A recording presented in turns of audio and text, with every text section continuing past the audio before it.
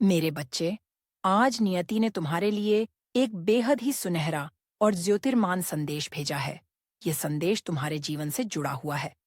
मेरे बच्चे, तुम्हारे लिए इस प्रकार का संदेश आना कोई सामान्य बात नहीं है, लेकिन यह संदेश तुम तक पहुंच रहा है क्योंकि तुम वास्तव में एक दिव्य आत्मा हो और इसमें तुम्हारे लिए बहुत कुछ अच्छा छुपा हुआ है जो तुम्हारे उज्जवल भविष्य को आशीर्वाद प्रदान करेगा।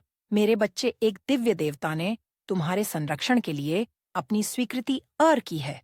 इस वजह से आज तुम तक यह संदेश पहुंचा हुआ है। मेरे बच्चे, यही कारण है कि तुम्हें हर हाल में संदेश को पूर्णतः अंत तक सुनना है। किसी भी परिस्थिति में, चाहे तुम जिस भी हाल में हो, तुम्हें इसे बीच में छोड़कर जाने की भूल नहीं करनी है। मेरे बच्चे, मैं तुम्हारे जीवन में कुछ ऐसा करने वाली हूँ जिससे तुम अपने जीवन की सभी समस्याओं को आसानी से हल कर पाओ, जिससे तुम्हारे जीवन में समृद्धि आ सके।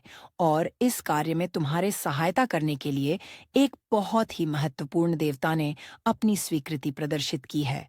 वह देवता यह चाहते हैं कि तुम्हारे जीवन को न केवल समृद्धि प्रदान की जाए, बल्कि एक ऐसे मार्ग पर प्रशस्त किया जाए जहां से समाज का और संसार का अभूतपूर्व कल्याण किया जा सके। इसलिए मेरे बच्चे, वह तुम्हारे जीवन में आने को उत्सुक हो रहे हैं। तुम्हें ऐसा प्रतीत होगा कि अब तुम्हारे जीवन में बहुत से चमत्कार घटित हो रहे हैं।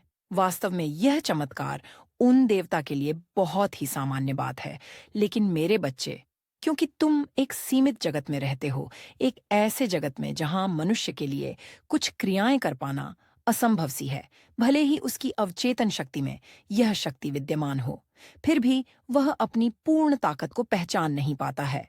इस जगत में मनुष्य को बहुत सी चीजें सीमित मालूम पड़ती हैं। इसलिए जब कुछ ऐसा हो है जो उसकी सीमा से बाहर, वह उसे चमत्कार जैसा प्रतीत होता है।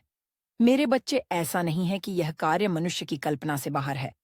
मनुष्य की कल्पना में जो कुछ भी आता है, वास्तव में यह इसी देह के द्वारा किया जाना संभव होता है। लेकिन मनुष्य अपनी शक्तियों से परिचित नहीं होता।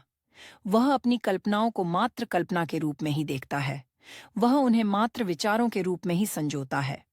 वह उन्हें हकीकत के तौर